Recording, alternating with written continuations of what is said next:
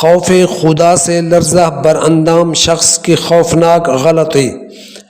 کہا میرے مرنے پر مجھے جلا کر راکھ کر دینا۔ اللہ کی قسم اگر خدا نے مجھے پکڑ لیا تو وہ مجھے ایسا سخت عذاب دے گا جو دنیا جہان میں کسی کو نہ دے گا۔ اس عظیم درجہ کے خوف الہی کا کیا نتیجہ برآمد ہوا؟ بسم اللہ الرحمن الرحیم۔ ازل تا ابد روشنی کے سامعین محترم، السلام علیکم ورحمۃ اللہ۔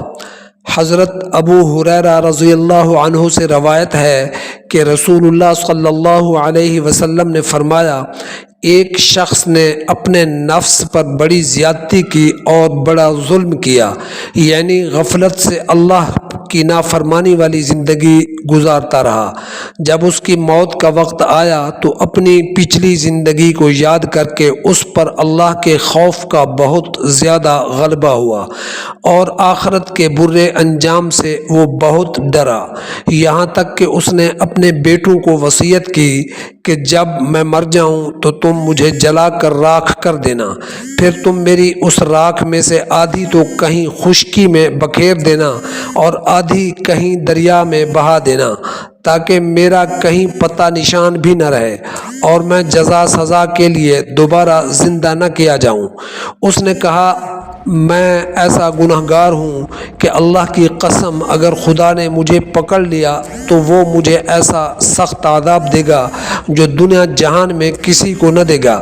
اس کے بعد جب وہ مر گیا تو اس کے بیٹوں نے اس کی وصیت پر عمل کیا، جلا کر اس کی راکھ کو کچھ ہوا میں اڑا دیا گیا اور کچھ دریا میں بہا دیا۔ پھر اللہ تعالیٰ کے حکم سے خشکی اور تری سے اس کے اجزاء جمع ہوئے اور اس کو دوبارہ زندہ کیا گیا۔ پھر اس سے پوچھا گیا، تو نے ایسا کیوں کیا؟ اس نے عرض کیا، اے میرے مالک، تو خوب جانتا ہے کہ تیرے ڈر سے ہی میں نے ایسے کیا تھا۔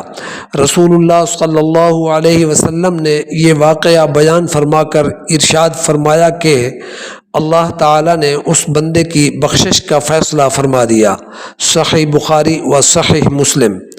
اس حدیث میں رسول اللہ صلی اللہ علیہ وسلم نے پہلے زمانہ کے جس شخص کا یہ واقعہ ذکر فرمایا ہے وہ بیچارہ خدا کی شان اور اس کی صفات سے بھی ناواقف تھا اور اعمال بھی اچھے نہ تھے، لیکن مرنے سے پہلے اس پر خدا کے خوف کی یہ کیفیت اتنی غالب ہوئی کہ اس نے اپنے بیٹوں کو ایسی جاہلانہ وصیت کر دی اور بیچارہ یہ سمجھا کہ میری راکھ کے اس طرح خشکی اور تری میں منتشر ہو جانے کے بعد میرے پھر زندہ ہونے کا کوئی امکان نہیں رہے گا، لیکن اس جاہلانہ غلطی کا سبب چونکہ خدا کا خوف اور اس کے عذاب کا ڈر تھا، لہذا اسی وجہ سے اللہ تبارک و تعالی نے اپنے کرم سے اس کو بخش دیا۔ فی امان اللہ۔